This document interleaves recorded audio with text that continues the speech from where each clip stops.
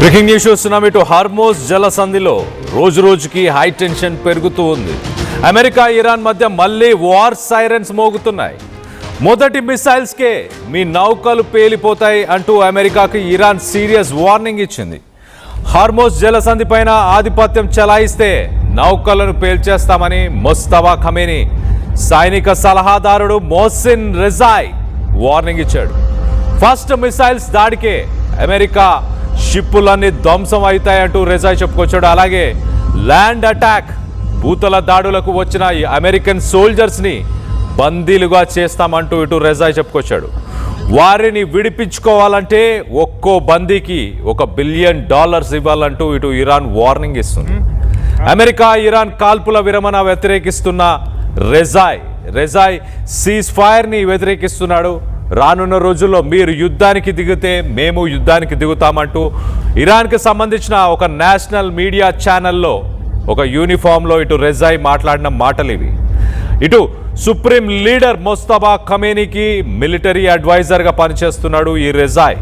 బుధవారం రోజు ఇరాన్ అమెరికాకు సంబంధించిన నేవీ షిప్లన్నింటినీ కూడా ఇటు స్ట్రైట్ ఆఫ్ హార్మోజ్ని కంట్రోల్లోకి తీసుకోవాలని ప్రయత్నం చేస్తే వాటి అన్నిటినీ పేల్చేస్తామంటూ చెప్పుకొచ్చాడు. అలాగే ఇటు అమెరికాని క్రిటిసైజ్ చేసే ప్రయత్నం చేశాడు. ప్రపంచంలోనే స్ట్రాంగెస్ట్ ఆర్మీ ఉన్న అమెరికా అసలు స్ట్రైట్ ఆఫ్ హార్మోజ్లో వాళ్ళకి పనేంటి, ఇక్కడ వాళ్ళు చేయాల్సిన పనులేంటి, ఎందుకు వచ్చారు ఇక్కడికి, అవసరం ఏముంది అన్న మాటలు కూడా ఇటు రెజాయ్ మాట్లాడాడు. మొహసిన్ రెజాయ్ గతంలో ఇటు ఇరాన్కి సంబంధించిన commander in chief Islamic revolutionary గార్డ్స్కి కమాండర్ ఇన్ చీఫ్గా పనిచేశాడు. కానీ ఆ బాధ్యతలు ఇప్పుడు ప్రస్తుతానికి నిర్వహించట్లేదు. ఇటు ముస్తఫా ఖమేనీకి ఒక అడ్వైజర్గా పనిచేస్తున్నాడు. ఇటు ఇస్లామాబాద్ పాకిస్తాన్లో జరిగిన చర్చల్లో కూడా పాల్గొన్నాడు. ఆ చర్చలు సఫలం కాకపోవడంతో దాని తర్వాత రెజాయ్ ఒక స్టేట్మెంట్ ఇచ్చాడు. అమెరికా గనక యుద్ధానికి సిద్ధంగా ఉంటే మేము సిద్ధంగా ఉన్నాం పోరాడడానికి అంటూ ఇటు రెజాయ్ మాట్లాడాడు. సో మొత్తం మీద ఇరాన్ ఏమాత్రం కాంప్రమైజ్ అయ్యే ఉద్దేశం లేదు. స్ట్రైట్ ఆఫ్ హార్మోజ్లో అమెరికన్ షిప్స్ ఏవైతే అక్కడ ఉన్నాయో వాటన్నిటిని పేల్చేస్తామంటూ ఒక అల్టిమేటం. అసలు అమెరికాకు సంబంధించిన పవర్ఫుల్ ఆర్మీకి ఇక్కడ పనేంటి, ఈ షిప్స్ అన్నీ మా ఫస్ట్ మిసైల్స్కే కూలిపోబోతున్నాయి అంటూ ఇటు సెన్సేషనల్ కామెంట్స్ చేశాడు. మరో పక్కన స్ట్రైట్ ఆఫ్ హార్మోజ్ జస్ట్ 34 కిలోమీటర్ల వెడల్పు మాత్రమే. స్ట్రైట్ ఆఫ్ హార్మోజ్ నుంచి 20% ప్రపంచానికి గ్లోబల్ ఆయిల్, అలాగే మరీ ముఖ్యంగా ఇటు సౌదీ, ఎమిరాతీ, ఇరాకీ వీటన్నిటికి సంబంధించిన ఎనర్జీ ఎక్స్పోర్ట్స్ కూడా ఇక్కడి నుంచి వెళ్తుంటాయి. ఇరాన్ ప్రస్తుతానికి ఈ యుద్ధం మొదలైనప్పటి నుంచి ఇప్పటిదాకా పదుల సంఖ్యలో ఆయిల్ ట్యాంకర్స్ని, కమర్షియల్ షిప్స్ని వీటన్నిటిని కూడా పేల్చేసింది. First and only round of US Iran negotiations జరిగినప్పటి నుంచి ఇప్పటిదాకా ఇటు parliament speaker Mohammad Bagher Ghalibaf ఆయన ఒక ఏరోస్పేస్ ఫోర్సెస్కి గతంలో ఒక కమాండర్గా కూడా పనిచేశాడు. ఆయన కూడా ఒక స్టేట్మెంట్ ఇచ్చాడు. If you fight we will fight. అంటే అమెరికా యుద్ధానికి సిద్ధంగా ఉంటే మేము యుద్ధానికి సిద్ధంగానే ఉన్నామంటూ చెప్పుకొస్తున్నారు. ఈ ట్యాంకర్ల పైన దాడులు 1980 నుంచి ఇప్పటిదాకా కొనసాగుతూనే ఉన్నాయి. మొదటగా 1981 నుంచి 88 ద ట్యాంకర్ వార్ అని, దీన్ని ఒక ట్యాంకర్ వార్ అని పిలుస్తారు. ఇరాన్, ఇరాక్ చాలా సిస్టమేటిక్గా commercial ships, straight of Hormuz నుంచి వెళ్ళే కమర్షియల్ షిప్స్ని ఇరాన్, ఇరాక్ ఈ రెండు దేశాల్లో 1981 నుంచి 87 దాకా టార్గెట్ చేశాయి.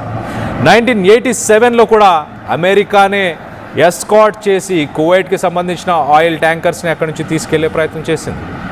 దాని తర్వాత అక్టోబర్ 1987 ఆపరేషన్ నింబుల్ ఆర్చర్, అమెరికాకు సంబంధించిన వార్ షిప్స్ ఇరాన్లోని ఆఫ్షోర్ ఆయిల్ ప్లాట్ఫామ్ని డైరెక్ట్గా హిట్ చేశాయి.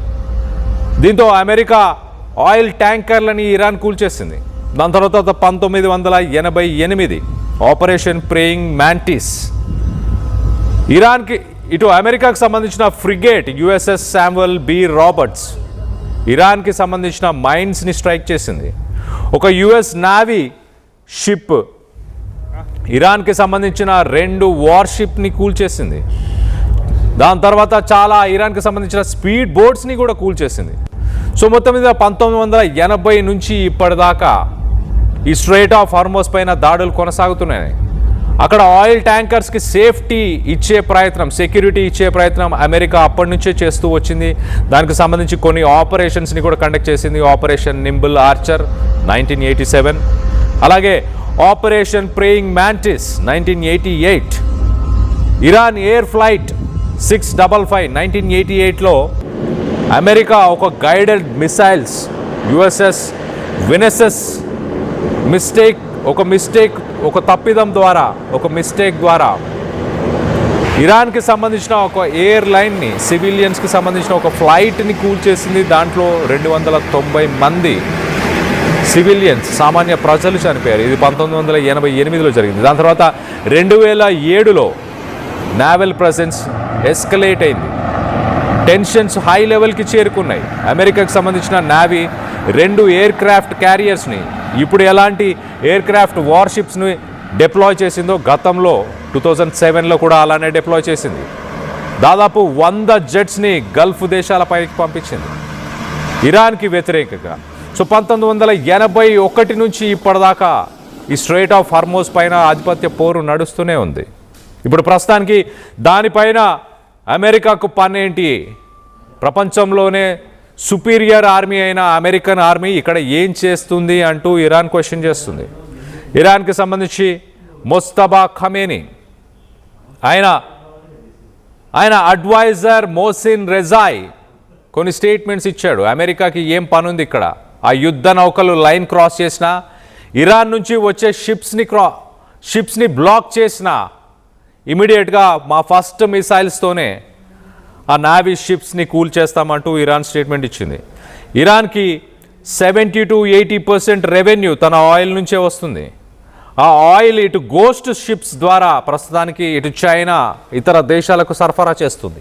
యుద్ధం మొదలైనప్పటి నుంచి ఇటు గల్ఫ్ దేశాల్లో దాదాపు 70% అక్కడి నుంచి ఎక్స్పోర్ట్స్ తగ్గిపోయాయి, నిలిచిపోయాయి. ఇరాన్ ఆయిల్ డిమాండ్ అమాంతం పెరిగిపోయింది.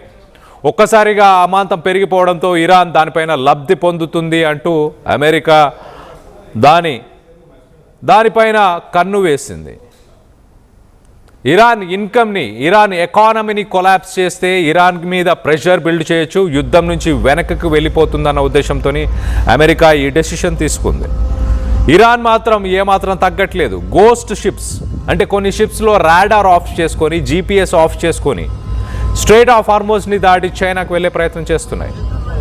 అలాంటి షిప్స్ని కూడా మేము టార్గెట్ చేస్తాం. ఇరాన్ పోర్ట్స్ నుంచి ఏ షిప్ బయటకు వచ్చినా ఆ షిప్ ఖచ్చితంగా మాకు టార్గెట్ అంటూ అమెరికా చెప్పుకొస్తుంది. హై టెన్షన్ వాతావరణం నెలకొంది. మరోపక్కన లెబనాన్ ఇజ్రాయెల్కి సంబంధించి 35 సంవత్సరాల తర్వాత మొదటిసారి లెబనాన్ ఇజ్రాయెల్కి సంబంధించిన చర్చలు కొనసాగుతున్నాయి. మరి లెబనాన్ ఇజ్రాయెల్కి సంబంధించిన చర్చలు సఫలమయ్యే అవకాశం ఉందా? ఇటు మరోపక్కన పీస్ టాక్స్ పాకిస్తాన్లో జరగబోతున్నాయి. ఇటు అమెరికా, అలాగే ఇటు ఇరాన్కి సంబంధించిన పీస్ టాక్స్ ఇటు పాకిస్తాన్లో జరగబోతున్నాయి. ఈ నేపథ్యంలో మరి అవి కూడా సక్సెస్ అయ్యే అవకాశం ఏమైనా ఉందా? ఒకవేళ సక్సెస్ కాకపోతే రానున్న రోజుల్లో యుద్ధం ఇంకా ఉధృతమయ్యే అవకాశం ఉంది. దీనికి సంబంధించి మీరేమనుకుంటున్నారు? ట్రంప్ చేస్తున్న వార్నింగ్స్, ఇటు ముస్తబా ఖమేనీ, అలాగే ఇరానియన్ ఆఫీషియల్స్ చేస్తున్న వార్నింగ్స్ వల్ల యుద్ధం కొనసాగుతుందని మీరు భావిస్తున్నారా? రానున్న రోజుల్లో ఎలాంటి పరిస్థితులు ఉండబోతున్నాయంటూ మీరు అభిప్రాయపడుతున్నారు? మీ అభిప్రాయాలను కింద కామెంట్ రూపంలో తెలియపరచండి.